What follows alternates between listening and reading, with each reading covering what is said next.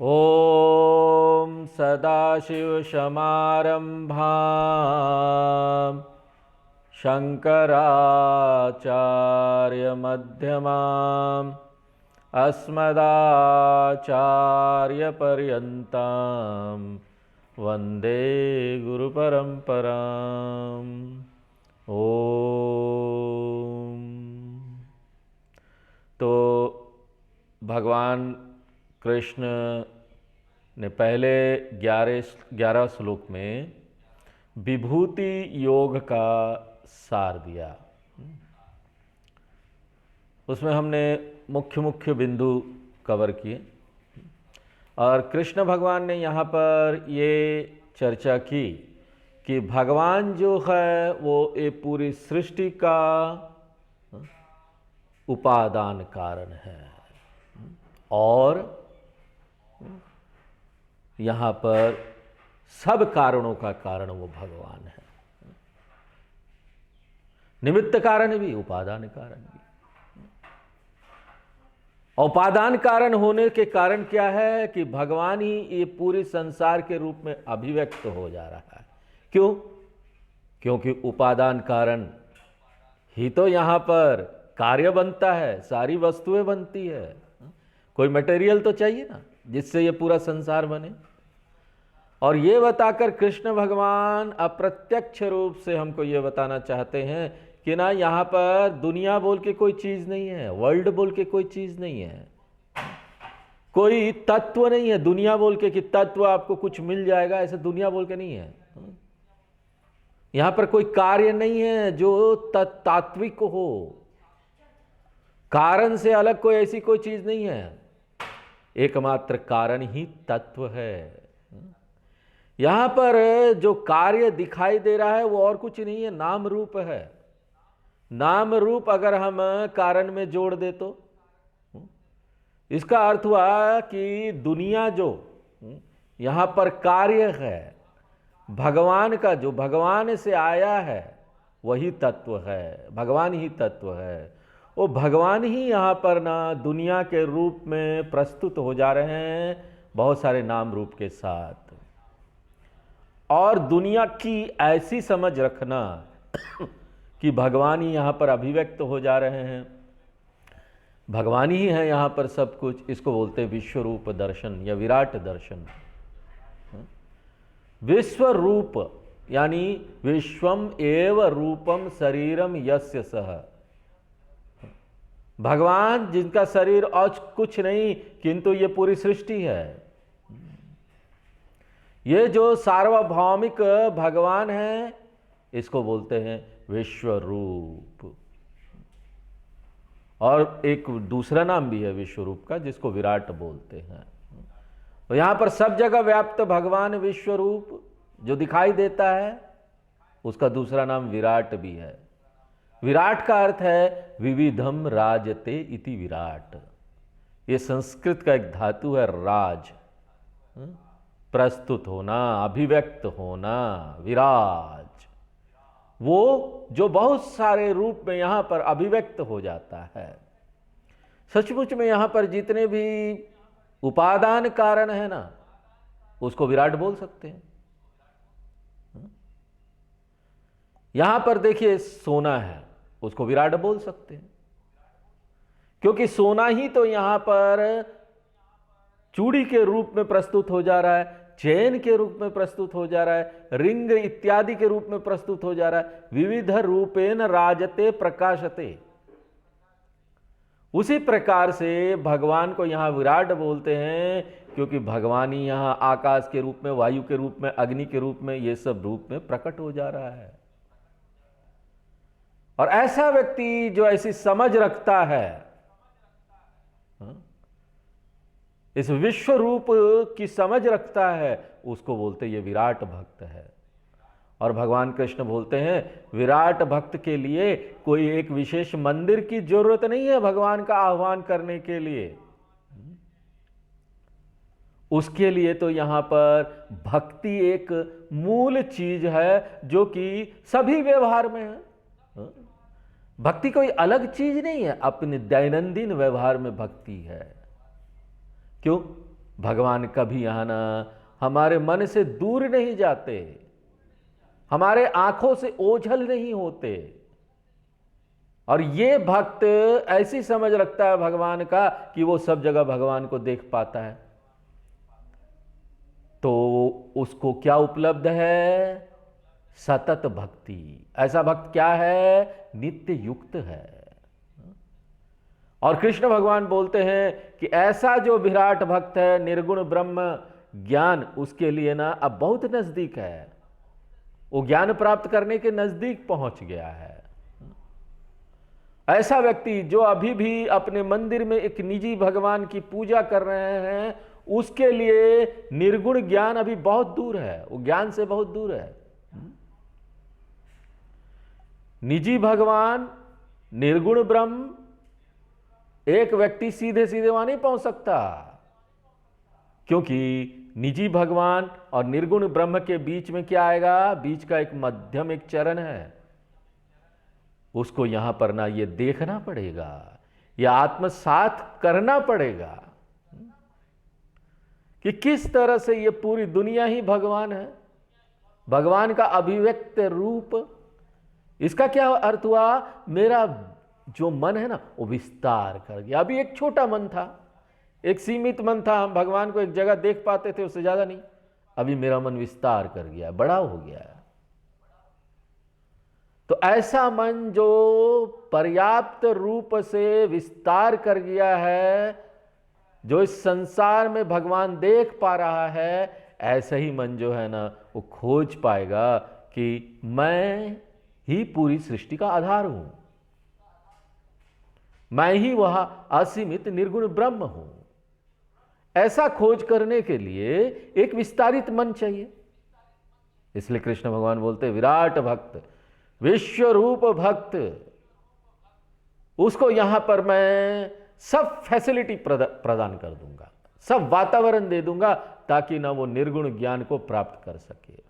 तो एक रूप भक्ति से अनेक रूप भक्ति, फिर अरूप भक्ति, ये 3 स्तर है। और यही बात इन 11 श्लोक में बताई गई।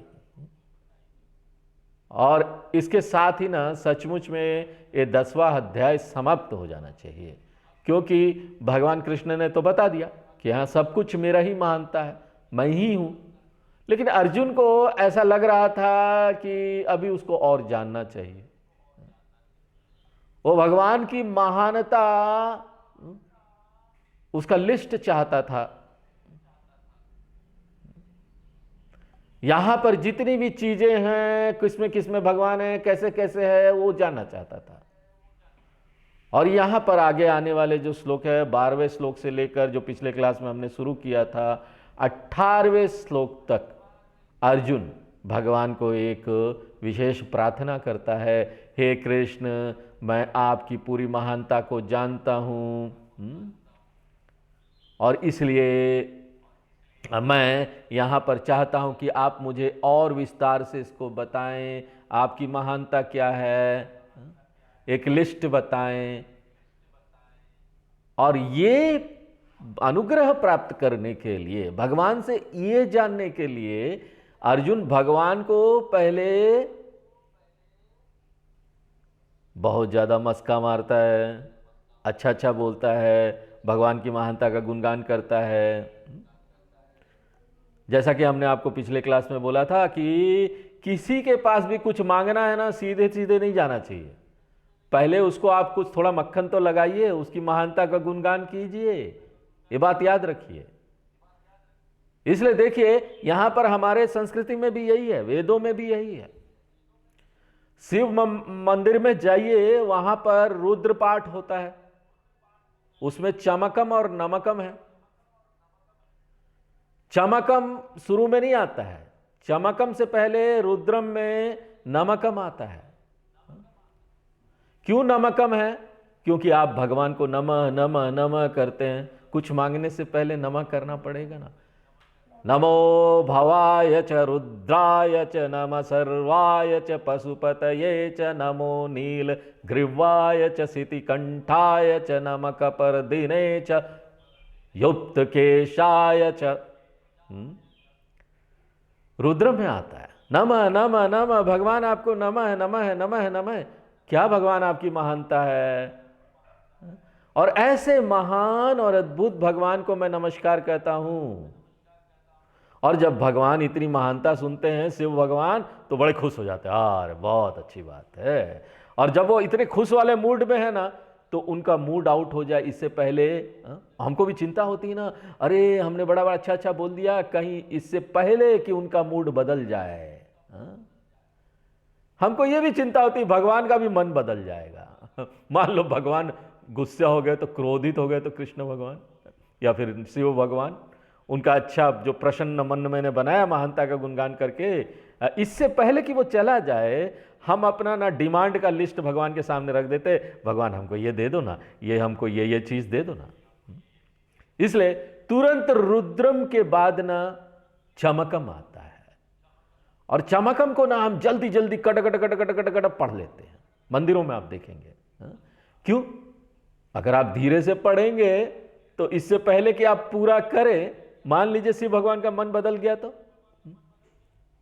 इसलिए हम कैसे पढ़ते, वाजश्चमे प्रस्थश्चमे प्रस्थिश्चमे चमे चमे चमे चमे चमे चमे। नमा नमा के बाद चमे चमे, नमा नमा क्या हुआ, भगवान आपको नमस्कार, आपको नमस्कार, कितने महान है, कितने महान है। फिर चमे चमे का क्या अर्थ हो, भगवान मुझे ये दे दो, वो दे दो, ये दे दो, वो दे दो, चमे चमे, मुझे और भी दो, ये भी दो, वो भी दो। और भगवान इतने प्रसन्न हो जाते हैं नमा नमा करने के बाद, तो चमा चमा जब हम करते हैं तो वो सब दे देते, चलो ये भी दिया, वो भी दिया। और हमारे भोले बाबा तो है ही ऐसे, देने के बाद सोचते हैं कि देने वाला देने लायक भी था कि नहीं, राक्षसों को भी दे देते वरदान। और देखो हमारी भी कूटनीति ऐसी है, डिप्लोमेसी। भगवान शिव को ये बात पता चल गई है, पहचान गए कि हम लोग ऐसे ही हैं। खैर ये अलग बात है। तो हम लोग स्तुति करते हैं, स्तुति करने के बाद ही हम कुछ मांगते हैं भगवान से, ये नियम है। और अर्जुन इस तरीके को जानता था, इसलिए पहले वो भगवान कृष्ण की महानता का गुणगान करता है। और जब भगवान कृष्ण बहुत खुश हो जाते हैं तो ना वो पूछेगा, भगवान अब ना आप मुझे बताइए कि आप कहाँ कहाँ है, विभूति का वर्णन कीजिए, आपकी जो विभूति है संसार में, कुछ एक विभूति तो बताइए हमको। और वो किस तरह से भगवान की महानता का गुणगान कर रहा है अर्जुन, हे कृष्ण भगवान परमम ब्रह्म, आप परम ब्रह्म हैं, आप असीमित निर्गुण ब्रह्म हैं, आप परम धाम हैं, आप वो परम हैं, आप असीमित चेतन सत्ता है, वो परम प्रकाश है चेतनता का। और आप पवित्रम परमम हैं, आपसे संपर्क में आकर ही बाकी सभी चीजें पवित्र होते हैं, आपसे संबंध होता है।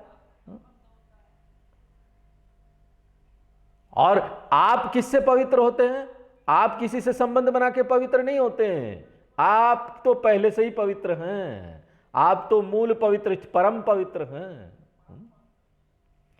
और पवित्रता का क्या अर्थ है, आनंद ही को बोलते हैं पवित्रता। जब आपको दुख नहीं है, आप बड़े खुश हैं, मतलब आप पवित्र हैं।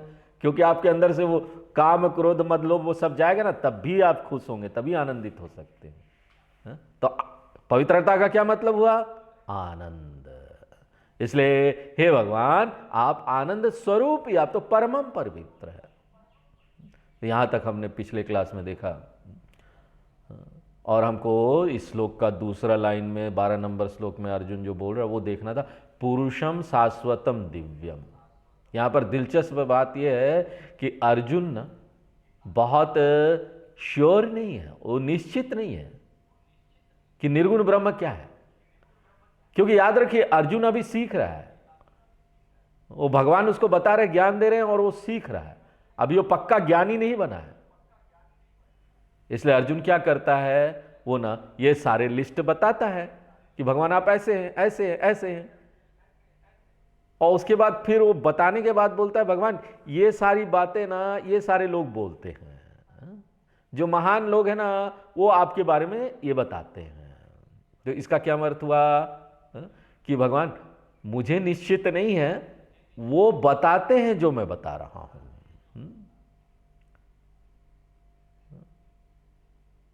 अगले श्लोक में ये आएगा, इति आहु सर्वे ऋषय आयु आहु। ये जो महान ऋषि लोग हैं वो इसकी घोषणा करते हैं। कैसे? पुरुषम, आप पुरुष हैं, आप रमण करते हैं सभी प्राणियों के अंदर, उनकी चेतनता के रूप में सभी अंग के पीछे आप हैं। श्रोत्रस्य श्रोत्रम मनसो मनो यद वाचो हवाचम सऊ प्राणस्य प्राणा। केन उपनिषद में आता है कि हरेक जो अंग है हमारा शरीर का, उसमें चेतनता कहां से आती है? वो चेतन सत्ता है जो ये पूरे जड़ शरीर में व्याप्त है और उसको जिंदा कर दे रही है। पुरुषम है, पुरु का अर्थ है शरीरम और सह का अर्थ है निवास करने वाला। पुरुष यानी जो शरीर में निवास करता है। इसलिए तो देखिए, हम किसी से मिलते हैं ना, हम उसको नमस्कार कर देते हैं।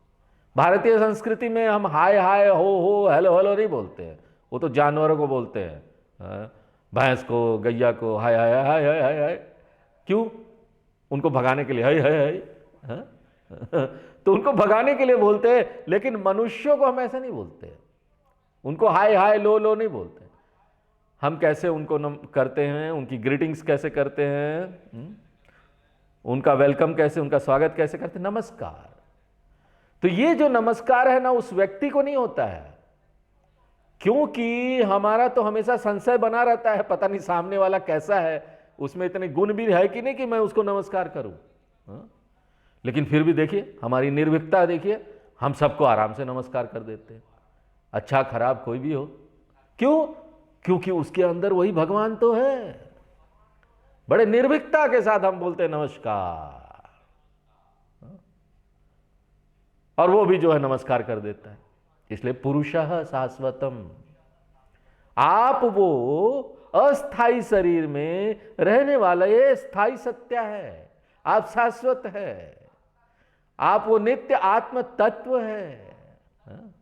नित्यो नित्यानाम चेतनश्चेतनानाम एको बहुनाम यो विदधाति कामान। कठोपनिषद में आता है कि ये जो नित्य ईश्वर है वो अनित्य शरीर के अंदर है, इसलिए आप नित्य है, आप दिव्य है। दिव्यम का क्या अर्थ हुआ? चेतन तत्व। क्योंकि शरीर अपने आप में चेतनता उसमें नहीं है, शरीर तो जड़ है, शरीर भौतिक पदार्थ का बना हुआ है, पंचमहाभूत का बना हुआ है। यहां तक कि इंद्रियां जो आपका मन ना, वो भी जड़ है। शास्त्रों के अनुसार ये जो इंद्रिय बनी है वो सूक्ष्म पंचमहाभूत से बनी है, या फिर उसको ऊर्जा बोल लीजिए। ये जो जड़ हमारा अंग है वो काम कर रहा है, किसके कारण? चैतन्य के कारण। इसलिए भगवान को क्या बोला जाता है? दिव्य, द्योतन स्वरूप, स्वयं प्रकाश स्वरूप, दिव्य। उसके बाद वो क्या बोलता है? आदिदेवम, आप आदिदेव हैं, जो बहुत पहले से है यहां पर। आपके आने के बाद, आपके बाद ही ये सारे देवता लोग आए हैं। ब्रह्मा जी भी आपके बाद उन्होंने, उनका जन्म हुआ है। तो आप लोग कहानी पढ़े होंगे ये पुराणों में, तो आपने सुना होगा कि ब्रह्मा जी विष्णु भगवान के नाभि से प्रकट हुए, कमल के अंदर आकर। तो ब्रह्मा जी भी बाद में आए। ब्रह्मा जी के बाद दूसरे देवता लोग, इंद्र, वरुण, इनका जन्म हुआ। इसलिए आप जो देवता है वो मूल है, कारण देवता है आप, बाकी सब तो बाद में आए ये देवता। और क्योंकि आप कारण है इसलिए आदि देवम, पहले से, सबसे पहले से आप ही है। तो भगवान आपका कारण कौन है? ये प्रश्न आएगा ना, प्राकृतिक रूप से प्रश्न आ जाता है कि आपका कारण कौन है।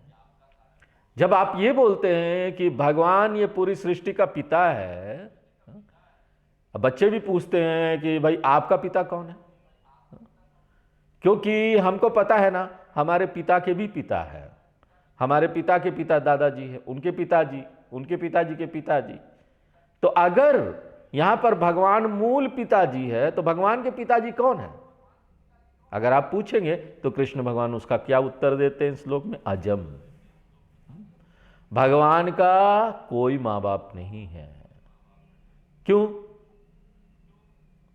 भगवान कभी जन्म ही लेते, अजम है, अनबॉर्न, जिसका कभी जन्म नहीं हुआ, कारण रहित कारण, पिता रहित पिता, माता रहित माता भगवान है।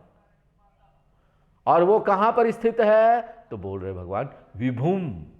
विभुम यानी सर्वत्र व्याप्त। और ये बताइए, ये सारा वर्णन अर्जुन कहां से कर रहा है?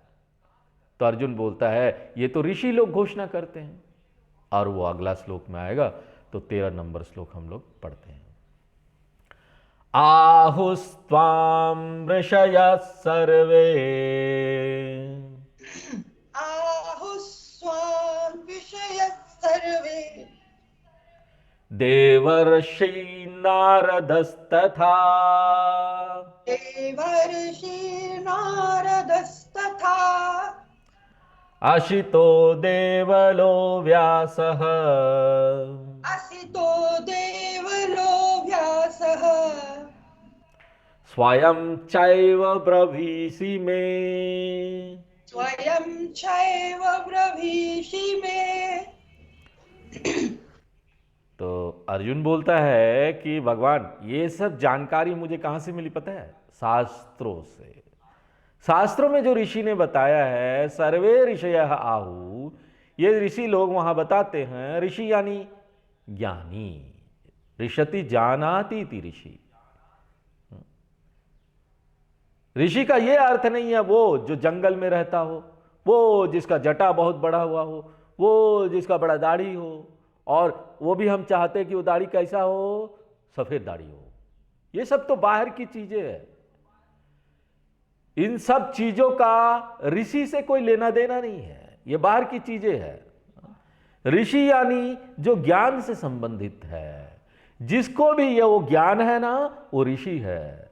चाहे वो कहीं भी हो, सूट बूट पहनकर कंपनी के बोर्ड रूम में बैठा हुआ हो, अगर उसको ज्ञान है तो वो ऋषि है। तो यहां पर परंपरागत ज्ञानी जो हैं, वो लोग ये घोषणा करते हैं। पिछले वाले श्लोक से आप इसको जोड़िए, जो भी पिछला श्लोक में उसने बोला उसको ये ऋषि लोग बताते हैं। और इस दुनिया के ही ऋषि नहीं, सिर्फ भूलोक के ऋषि नहीं, देवर्षि नारदः। ये जो स्वर्ग के ऋषि है ना, स्वर्ग के ऋषि, जो इससे पहले वाला जो ऋषि बोला गया श्लोक में, वो जमीन के, इस धरती के ऋषि है, भूलोक ऋषि। और देवर्षि यानी जो देवलोक के ऋषि है। तो यहां पर बहुत सारे ऋषि हैं, और सबसे ज्यादा प्रसिद्ध कौन है? नारद। नारद ही यानी वो जो लोगों को ज्ञान देते हैं। नरम का अर्थ है ज्ञानम, दा का अर्थ है देना। ददाति इति दाह, नरम यानी ज्ञानम। तो नारद का क्या अर्थ हुआ? नरम ज्ञानम ददाति इति नारदः, जो कि यात्रिक गुरु हैं, यात्रा करने वाले गुरु। आजकल के भाषा में बोलेंगे तो मोबाइल टीचर है, घूमते रहते हैं और सबको ज्ञान देते रहते हैं, सबको एजुकेट करते रहते हैं। हाँ, ये बात अलग है कि उनका तरीका अलग है। वो जहां जाते हैं कुछ ना कुछ झगड़ा करवा देते हैं, कलह। नारद जी कलह के लिए जब बहुत जाने जाते हैं ना, प्रसिद्ध है। देखिए, अगर वो कलह शुरू भी करते हैं ना, तो क्यों करते हैं? लोगों को ज्ञान देने के लिए, उनका मोह तोड़ने के लिए। इसलिए उनको नारद बोला जाता है। और यही नहीं, नारद ही नहीं, दूसरे और ऋषि लोग हैं। आसितो देवलो व्यासः, ये नाम है 3 ऋषियों के। आसितः ये नाम है एक ऋषि का, देवलः यह भी नाम है उसके बेटे का, उस ऋषि के बेटे का। अशितः पुत्रः देवलः। और दूसरा क्या है? व्यासः। देखिए, अब ना खुद आप बोलेंगे क्या बात है, गीता तो व्यास जी लिख रहे हैं और अपना नाम भी लिख दिया उन्होंने। याद रखिए, गीता को लिखने वाले कौन है? व्यास जी है, इसमें कोई संशय नहीं है। लेकिन उन्होंने क्या लिखा? उन्होंने अपना कुछ नहीं लिखा। उन्होंने तो जो कृष्ण भगवान अर्जुन ने बोला उसको रिपोर्ट कर दिया ना, अपनी भाषा में रिपोर्ट कर दी, अपनी तरफ से कुछ नहीं लिखा।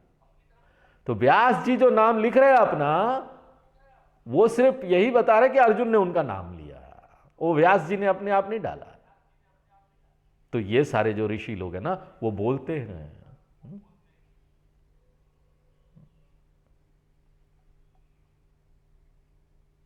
स्वयं चैव ब्रवीषि में, वो बोलता है कि चलो इसमें भी संशय हो सकता है ना, कि इन ऋषियों ने बोला तो उसमें भी संशय हो सकता है, लेकिन क्या है ना कि आपने खुद ही इसको बोला है, इसलिए स्वयं चैव ब्रवीषि में, इसलिए मुझे आपके ऊपर पूरा श्रद्धा है। हा? दूसरे व्यक्ति पता नहीं सही ज्ञान दे रहे हो नहीं दे रहे हो, लेकिन आप तो मुझे नहीं भटकाएंगे ना भगवान। हा? आप तो ब्रह्म हैं, परम ब्रह्म परम धामम पवित्रम है, ये सारी चीज वो बोल रहा है भगवान के लिए। कृष्ण भगवान की महानता का गुणगान। ये नहीं है ना कि कृष्ण भगवान ना अपनी महानता का गुणगान सुन के खुश हो जाएंगे और किसी को भी ये ज्ञान दे देंगे, नहीं नहीं। भगवान लोग इससे भटकते नहीं है, कौन मक्खन मार रहा कौन नहीं मार रहा, उससे भटकते नहीं है। महानता का गुणगान कर दिया तो बता दो ये दे दो, नहीं। अर्जुन की तृप्ति के लिए वो ये कर रहे थे, उनका शिष्य था। तो आगे 14 नंबर श्लोक हम लोग पढ़ते हैं। सर्वमेतद्रतं मन्ये, सर्वमेतत्रितं मन्ये, यन्मां वदसि केशव, मां वदसि केशव, नहि ते भगवन् व्यक्तिम्, नहि ते भगवन् व्यक्तिम्, विदुर्देवान् दानवाः, विदुर्देवान् दानवाः। तो जो भी महानता का गुणगान यहाँ किया जा रहा है ना, उसको मैं स्वीकार करता हूं सत्य के रूप में। वो सत्य है, कोई झूठ नहीं है। एतद सर्वम ऋतम, ऋतम का क्या अर्थ है? सत्य। और वो भी ऐसा सत्य मान्य है, ऑथेंटिक है, रिलायबल है। क्या जानकारी? याद रखिए वो श्लोक नंबर 12 याद रखिए। हाँ, उसमें जो महानता का गुणगान अर्जुन ने किया वो याद रखिए। ये सारे जो महानता का गुणगान 12वें श्लोक में मैंने किया है, उसको मैं पूरा सत्य स्वीकार करता हूं। क्यों? यदमाम वदसि केशव, क्योंकि आप ही बोल रहे भगवान ये सब, और आपको झूठ तो बोल नहीं सकते। आप सबसे भरोसेमंद गुरु हैं, आप सही ज्ञान देंगे, आप प्रामाणिक ज्ञान देंगे, इसलिए मैं सबको स्वीकार करता हूं। और देखिए, मैं ना आपके दिए हुए ज्ञान को ना किसी से क्रॉस चेक भी नहीं कर सकता, दूसरे और व्यक्ति के, यहां धरती के लोगों से। क्योंकि ये धरती के लोग जो है ना, उनको आपकी महानता के बारे में पूरी तरह से तो पता होगा नहीं, उनकी अपनी सीमा है। इसलिए अर्जुन बोलता है कि इस सत्य को और कोई नहीं जान सकता, आप ही एकमात्र जान सकते हैं कि आपकी महानता क्या है, किस किस तरह से आप हर चीज में हैं। तो हे भगवान, देवा दानवा ते व्यक्तिम न विदु, यहां पर भगवान भी आपका ना ये महानता को नहीं जान सकते, वो जानते नहीं। जैसे भगवान यहां देवता बोल रहे हैं, इसको इंद्र वरुण आदि जो देवता है उसके बारे में बोल रहा है अर्जुन। और ये ना हम लोग केनोपनिषद जब पढ़ेंगे, केनोपनिषद, उसमें एक कहानी आता है कि जब देवता लोग असुरों के ऊपर अपने विजय का जश्न मना रहे थे और बड़ा घमंड कर रहे थे, तो वहां पर क्या होता है, भगवान समझ जाते हैं कि इनको बड़ा अहंकार आ गया है। इसलिए भगवान एक रहस्यमय यक्ष के रूप में उन देवताओं के सामने आते हैं और उसके सामने से निकलते, प्रकाश आता है। वो देवता सोचते ये कौन है? इंद्र देवता बोलते हैं जाओ वायुदेव, तुम जरा देख के आओ ये कौन है हमारे सामने से गुजर गया। वायु देवता जाते हैं और जो भी था वो बोलता है कि भैया तुम वायु हो? अच्छा। बोलता वायु, मैं तो हवा चला के यहां पूरी दुनिया को ही बिगाड़ दूंगा, मेरी इतनी शक्ति। अच्छा, तुम्हारी इतनी शक्ति है? भगवान बोलते ये लो, एक घास का तिनका रख देते हैं, बोलते तुम इसको उड़ाओ। उड़ा ही नहीं पाता वो, और बेइज्जत होके वापस आता है इंद्र देवता के पास। इंद्र देवता फिर किसको भेजते हैं? अग्निदेव। अग्निदेव के सामने भी भगवान वो रखते हैं और बोलते हैं जरा इसको जला दो। तो अग्नि देवता अपना पूरा शक्ति उपयोग कर लेते, उसको जला नहीं पाते। और देखो वो बड़े बेइज्जत होके वो भी वापस आते हैं कि मैं तो कुछ भी नहीं कर पाया। अब इंद्र देवता जाते हैं, उनको ये बात समझ में आ जाती है कि ये और नहीं भगवान हो सकते हैं, और वो बड़े विनम्र हो जाते हैं, शरणागति कर देते हैं भगवान को इंद्र देवता।